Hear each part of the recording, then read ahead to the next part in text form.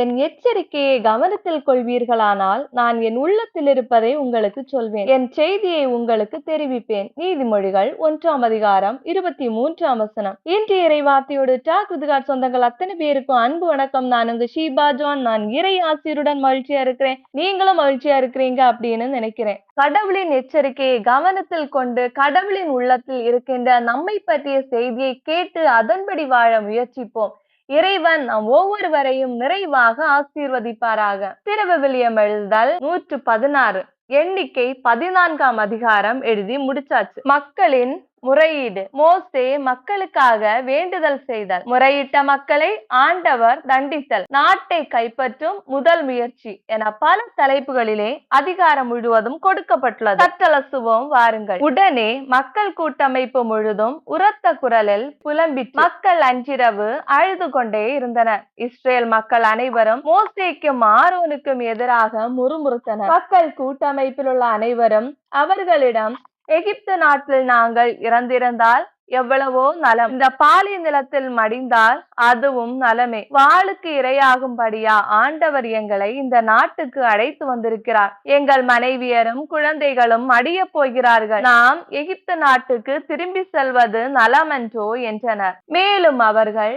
ஒருவர் மற்றவரை நோக்கி, நாம் ஒரு தலைவரை நியமித்துக் கொண்டு எகிப்துக்கு திரும்பி செல்வோம் என்றனர். உடனே மோசேயும் ஆரோனும் இஸ்ரேல் மக்கள் கூட்டமைப்பின் முழுவதற்கும் முன்பாக முகங்குப்புற விழுந்தனர். மேலும் நாட்டை உளவு பார்த்து வந்தவர்களிடையே இருந்த நூன் மகன் யோசுவாவும் எப்புனே மகன் காலேபும் தங்கள் உடைகளை கிழித்துக் கொண்டு இஸ்ரேலர் கூட்டமைப்பில் உள்ள அனைவரிடமும் கூறியது, உளவு பார்க்கும்படி நாங்கள் கடந்து சென்ற நாடு மிகச் சிறந்த நாடு.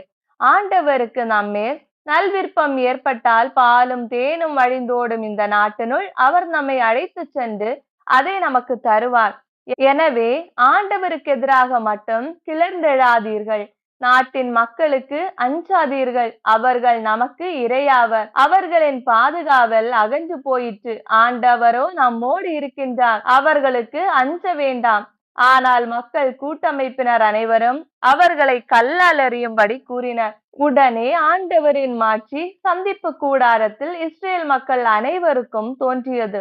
ஆண்டவர் மோசேயிடம், எதுவரை இம்மக்கள் என்னை இழிவுபடுத்துவார்கள்? நான் அவர்களுக்கு அடையாளங்கள் தந்தும் எதுவரை இவர்கள் என்னில் நம்பிக்கை கொள்ளாதிருப்பார்கள்? நான் அவர்களை கொள்ளை நோயால் வதைத்து அவர்களை புறக்கணித்து விடுவேன். உன்னையோ அவர்களை விட பெரியதும் வலியதுமான இனமாக்குவேன் என்றார். ஆனால் மோசே ஆண்டவரிடம் கூறியது, அப்போது எகிப்தியர் இதை பற்றி கேள்விப்படுவார்களே, நீர் அவர்களிடமிருந்து தானே இம்மக்களை ஆற்றலால் கொண்டு வந்தீர். அதோடு இந்த நாட்டு குடிமக்களிடமும் அவர்கள் சொல்லி வைப்பார்கள், ஆண்டவரே நீர் இம்மக்களிடையே இருக்கிறீர் என்பதை அவர்கள் கேள்விப்பட்டிருக்கிறார்கள். ஏனெனில் ஆண்டவரே நீர் நேர்முகமாய் காணப்படுகிறீர். உமது மேகம் அவர்கள் மேல் நிற்கிறது. பகலில் மேக தூணிலும் இரவில் நெருப்பு தூணிலும் நீர் அவர்களுக்கு முன்னே போகிறீர். இப்போது இம்மக்களை ஓர் ஆள் என கொன்றுவிட்டால் உம் புகழை கேள்விப்பட்டிருந்த இனத்தவரெல்லாம் ஆண்டவர் இம்மக்களுக்கு வாக்களித்த நாட்டிற்குள் அவர்களை கொண்டு வர இயலாததால்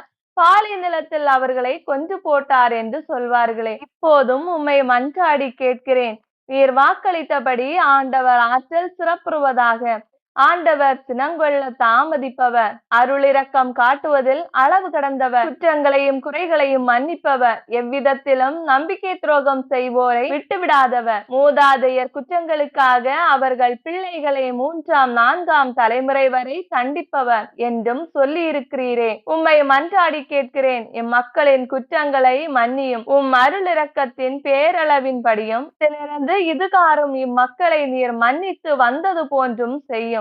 ஆண்டவர் மோசேயிடம் கூறியது, உம் வாக்கின்படி நான் மன்னித்து விட்டேன். ஆயினும் உண்மையாகவே என் உயிர் மேல் ஆணை, பூவுலக அனைத்தும் நிறைந்துள்ள ஆண்டவரின் மாட்சியின் மேல் ஆணை, எகிப்திலும் இப்பாலை நிலத்திலும் என் மாட்சியையும் நான் செய்த அருஞ்செயல்களையும் கண்டிருந்தும் 10 தடவையும் இம்மனிதர்கள் என்னை சோதித்து என் குரலுக்கு செவி கொடுக்காததால் இவர்களில் ஒருவன் கூட இவர்கள் மூதாதையருக்கு தருவதாக நான் வாக்களித்திருந்த நாட்டினை காண மாட்டான். என்னை இழிவுபடுத்திய எவனுமே அதை பார்க்க மாட்டான். ஆனால் என் அடியான் காலேபு வேறுபட்ட மனநிலை கொண்டு என்னை முழுமையாக பின்பற்றினான்.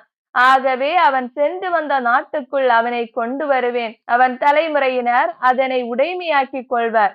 இப்போது அமலேக்கியரும் கானானியரும் பள்ளத்தாக்குகளில் வாழ்கின்றனர். எனவே நாளைக்கு நீங்கள் செங்கடலுக்கு போகும் வழியே பாலை நிலத்துக்கு திரும்பி செல்லுங்கள். மேலும் ஆண்டவர் மோசேயிடமும் ஆரோனிடமும் கூறியது, இப்பொல்லாத மக்கள் கூட்டமைப்பினர் எதுவரை எனக்கெதிராக முறுமுறுப்பர். எனக்கெதிராக முறுமுறுக்கும் இஸ்ரேல் மக்களின் முறுமுறுப்புகளை நான் கேட்டேன். நீங்கள் அவர்களிடம் சொல்ல வேண்டியது, ஆண்டவர் கூறுவதாவது, என் உயிர்மேல் ஆணை, என் செவிகளில் படுமாறு நீங்கள் சொன்னதையே நான் உங்களுக்கு செய்வேன். எனக்கு எதிராக முறுமுறுத்த 20 வயதும் அதற்கு மேலும் எண்ணப்பட்ட மொத்த தொகையினரான நீங்கள் இப்பாலை நிலத்தில் பிணங்களாக விழுவீர்கள். நீங்கள் குடியிருக்கும்படி நான் வாக்களித்த நாட்டிற்குள் எப்புனே மகன் காலேபையும் நூன் மகன் யோசுவாவையும் தவிர ஒருவருமே வரமாட்டீர்கள். ஆனால் இரையாகிவிட போவதாக நீங்கள் கருதிய உங்கள் குழந்தைகளை நான் கொண்டு போய் சேர்ப்பேன். நீங்கள் இழிவாய் எண்ணின நாட்டை அவர்கள் கண்டறிவார்கள். உங்களை பொறுத்தமட்டில் நீங்கள் இப்பாலை நிலத்தில் பிணங்களாக விழுவீர்கள். 40 ஆண்டுகள் உங்கள் பிள்ளைகள் இப்பாலை நிலத்தில் அலைந்து திரிவர். உங்கள் நம்பிக்கை துரோகத்திற்காக இப்பாலை நிலத்தில் உங்களுள் கடைசி ஆள் பிணமாக விழும் வரை அவர்கள் துன்புறுவர். நீங்கள் நாட்டை உளவு பார்த்த நாட்களின் எண்ணிக்கைப்படி உங்கள் நாளைக்கு ஒரு ஆண்டாக 40 நாட்களுக்குள் 40 ஆண்டுகள் நீங்கள் குற்றப்பழியை சுமப்பீர்கள்.